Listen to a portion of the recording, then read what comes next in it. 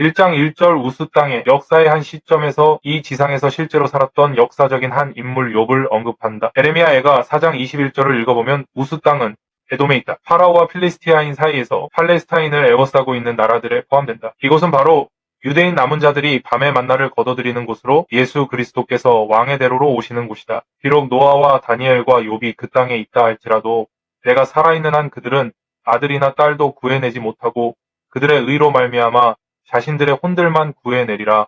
주 하나님이 말하노라. 아담 클라크의 주석 23쪽에 욥이라는 단어를 슬퍼하는 우는 사람이라는 의미라고 말한다. 그러나 욥의 히브리어 어근은 박해받는 자라는 뜻이다. 그 사람은 온전하고는 하나님의 성품을 닮은 것입니다. 책임감 있고 인격 지표로 쓰이죠. 그러나 온전함이란 성경에서 죄가 없다는 뜻으로는 거의 쓰이지 않는다. 하나님 아버지의 온전하심은 마태복음 5장을 읽어보면 바로 편견을 가지고 한쪽으로 치우치지 않는 것을 말한다. 역대기하 8장 11절부터 16절까지 읽어보면 솔로몬의 모든 일을 완비되었으므로 주의 전이 완전하였다. 물리적 건물에 대해 말하고 있습니다. 누가복음 13장 32절을 읽어보면 이미 죄 없으신 예수님께서 셋째 날에 온전해질 것이라고 말씀하고 계신다. 히브리서 13장 21절을 읽어보면 선한 일에 온전하게 하게 되는 건 하나님의 뜻을 행하게 하시는 것이다. 그러나 전 7장 20절에는 선을 행하고 죄를 짓지 아니하는 의인은 땅 위에 한 명도 없다고 했다. 이 말은 의인일지라도 자신이 하는 모든 일에서 죄 없는 사람은 한 명도 없다. 즉 아무도 없다는 것이다. 빌립보서 3장 12절에서 바울은 자신이 이미 무언가에 이르렀다도 아니고 이미 온전해졌다 함도 아니라고 이야기한다. 그럼에도 불구하고 바울은 맞추어 나가고 자신을 적응시켜 나가고 완성해 나가고 정확하게 행하고 임무를 끝내고야 만다. 죄 없음과는 아무 관계도 없다. 욥기 9장 20절부터 22절까지 읽어보면 욥의 온전함을 욥이 죄 없는 온전함과 연관시켜 말하는 것을 주목해보라. 그러나 욥은 죄가 없지 않다. 바로 다음 구절 23절에서 하나님의 의를 이렇게 표현한다. 만일 갑작스러운 재앙이 사람을 죽이면 그분 바로 주께서 무죄한 자의 시련을 비우는다고 망상 섞인 질문을 한 것이다. 욥기 38장에서 욥은 회오리 바람을 보게 된다. 근데 그 회오리 바람 안에서 주의 음성이 들려왔다. 바로 욥 앞에 주께서 나타나신 것이다. 그리고는 욥기 40장 8절에서 하나님께서 네가 나의 심판을 무효화시키려느냐? 네가 나를 정죄함으로써 네가 의롭게 되려느냐? 말씀하셨다. 욥은 죄 없는 온전함으로 자기 의를 제시했다. 욥은 죄가 없지 않다. 왜냐하면 그는 자기 의를 내세움으로 망상을 하거나 왜곡시키고 있기 때문이다. 그의 온전함과 정직함만으로는 자기 의에서 욥을 구원할 수 없었다. 정직으로만은 아무도 구원하지 못한다. 그럼에도 하나님께서는 왜 욥을 온전하다고 하셨을까? 온전하다고 한 욥이라는 사람에게는 4가지 특징이 있다. 잠언 1장 7절 하나님이 욥을 죽이실지라도 그분을 신뢰하고 하나님 앞에서 자신의 길을 지속한다고 했다. 욥은 비밀리에 사람을 받아들이면 그분은 반드시 책망하신다고 했고 그분의 탁월하심이 두렵게 하지 않겠으며 그분의 무서움이 임하지 않겠느냐라고 했다.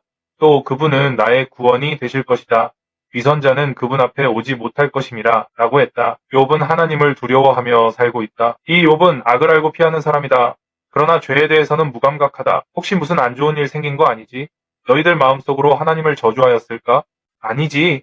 내 아들아, 혹시 죄를 지은 거 아니지? 계속 이렇게 죄에 대해서 무감각하여 방치하며 이같이 행하고 그랬다. 욥기 22장에서 테만인 엘리파스는 지금 너는 그분과 친하고 마음을 편히 하라. 그리하면 내게 복이 임하리라. 내가 원하노니 욥에게 그분의 입에서 율법을 받고 그분의 말씀을 내 마음에 두라고 하였다. 만일 그리하면 복을 받게 되는 것들을 23절부터 28절까지 나온다. 그리고 요한복음 15장 22절을 보라. 바로 하나님의 입에서 나오는 모든 말씀들이다. 마태복음 12장 31절을 읽어보면 그런데 하나님 말씀에서 율법들을 보았음에도 각종 죄와 모독을 사람들에게 저지르게 된다면 그들은 자기들의 죄에 대하여 변명할 것이 없을 것이다. 이건 시간이 지나면 해결되게 된다. 바로 사람들에게 용서는 되는 것이다. 그러나 성령을 거스르는 모독을 하게 된다면 사람들에게 용서가 되지 않을 것이다. 3. 그는 정직하게 행한다. 욥기 31장 1, 15절 욥이 주장한 글들을 보면 알 수 있다.